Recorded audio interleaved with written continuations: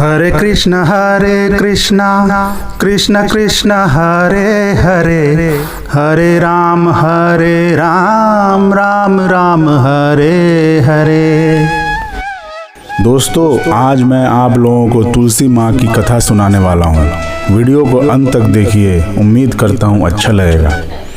कार्तिक मास के शुक्ल पक्ष की एकादशी पर भगवान विष्णु के शालिग्राम रूप और माता तुलसी का विवाह किया जाता है। कई लोग द्वादशी तिथि पर भी तुलसी विवाह करते हैं। तुलसी भगवान विष्णु को अति प्रिय हैं। तुलसी के बिना भगवान विष्णु भोग स्वीकार नहीं करते।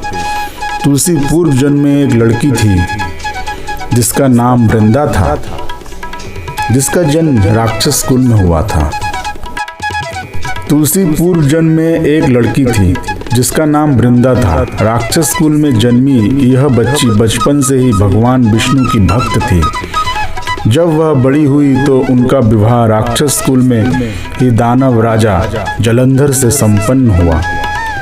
राक्षस जलंधर समुद्र से उत्पन्न हुआ था। वृंदा बड़ी ही पतिव्रता स्त्री थी, सदा अपने पति की सेवा किया करती थी। एक बार देवताओं और दानवों में युद्ध हुआ।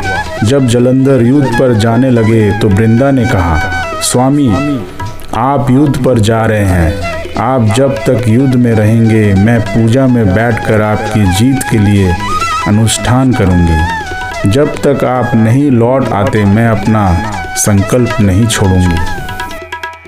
जलंधर तो युद्ध में चला गया और वृंदा व्रत का संकल्प लेकर पूजा में बैठ गई। उसके व्रत के प्रभाव से देवता भी जलंधर को ना हरा सके। सारे देवता जब हारने लगे तो विष्णु जी के पास पहुँचे और सभी ने भगवान से प्रार्थना की। भगवान बोले, वृंदा मेरी परम भक्त है, मैं उससे छल नहीं कर सकता।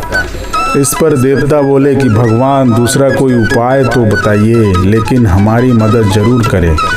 इस पर भगवान विष्णु ने जलंधर का रूप धरा और वृंदा के महल में पहुंच गए।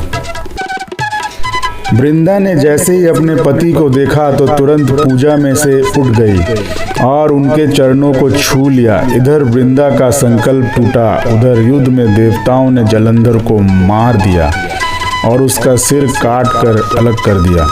जलंधर का कटा हुआ सिर जब महल में आ गिरा तो वृंदा ने आश्चर्य से भगवान की ओर देखा, जिन्होंने जलंधर का रूप धर रखा था। इस पर भगवान विष्णु अपने रूप में आ गए और कुछ बोल ना सके। वृंदा ने कुपित होकर भगवान को श्राप दे दिया कि वे पत्थर के हो जाएंगे। इसके चलते भगवान तुरंत पत्थर हो गए। सभी देवताओं में हाहाकार मच गया। देवताओं की प्रार्थना के बाद वृंदा ने अपना श्राप वापस ले लिया। इसके बाद वे अपने पति का सिर लेकर सती हो गई। उनकी राख से एक पौधा निकला। तब भगवान विष्णु जी ने उस पौधे का नाम तुलसी रखा और कहा कि मैं इस पत्थर रूप में भी रहूंगा, जिसे शालिग्राम के नाम से तुलसी जी के साथ ही पूजा जाएगा।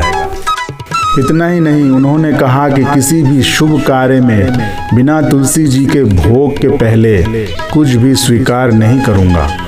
तभी से ही तुलसी जी की पूजा होने लगी। कार्तिक मास में तुलसी जी का विवाह शालिग्राम जी के साथ किया जाता है। साथ ही देव उठावनी एकादशी के दिन इसे तुलसी विवाह के रूप में मनाया जाता है।